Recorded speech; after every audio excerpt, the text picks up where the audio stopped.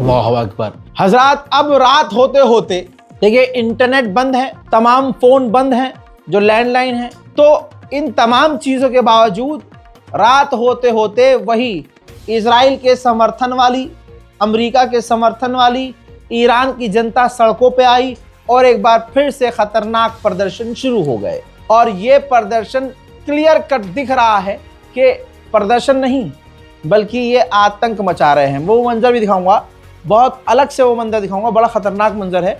लेकिन ये पहले देखिए, इंटरनेट बंद है, तमाम सेवाएं रद्द हैं, फिर भी रात को ये प्रदर्शन खतरनाक शुरू हो गए।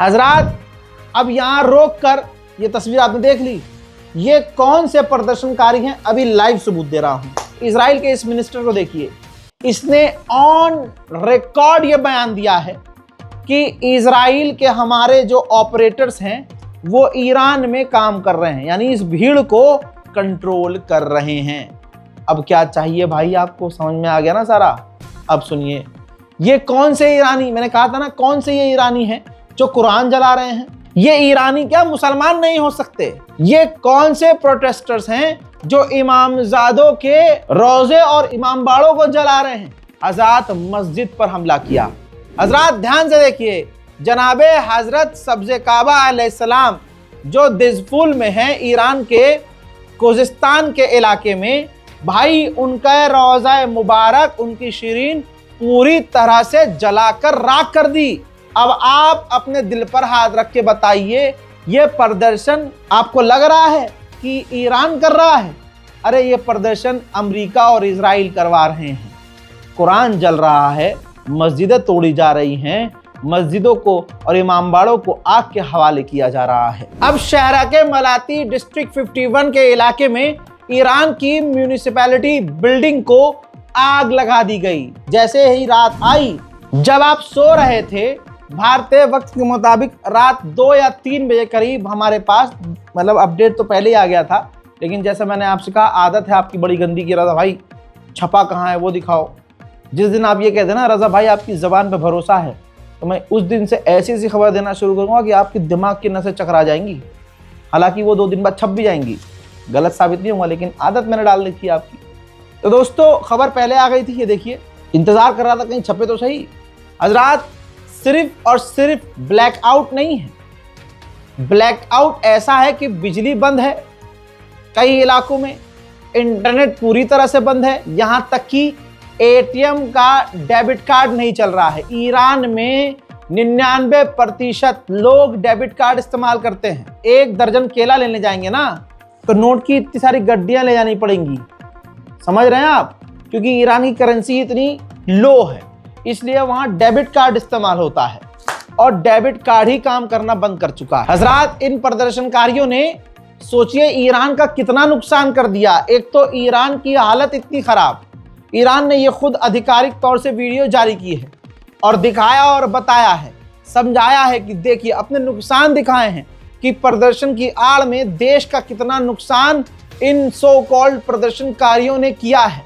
हजरात, इंफ्रास्ट्रक्चर, सरकारी बिल्डिंग, सरकारी गाड़ियां, पुलिस स्टेशन, हॉस्पिटल, मस्जिद, इमामबाड़े, ऑफिस, पुलिस स्टेशन के अलावा जो चेक पॉइंट्स, ट्रैफिक पुलिस दफ्तर, इन तमाम सरकारी इमारतों को तबाह किया गया है। सोचिए, ये हाल किया है सो कॉल्ड प्रदर्शनकारियों ने।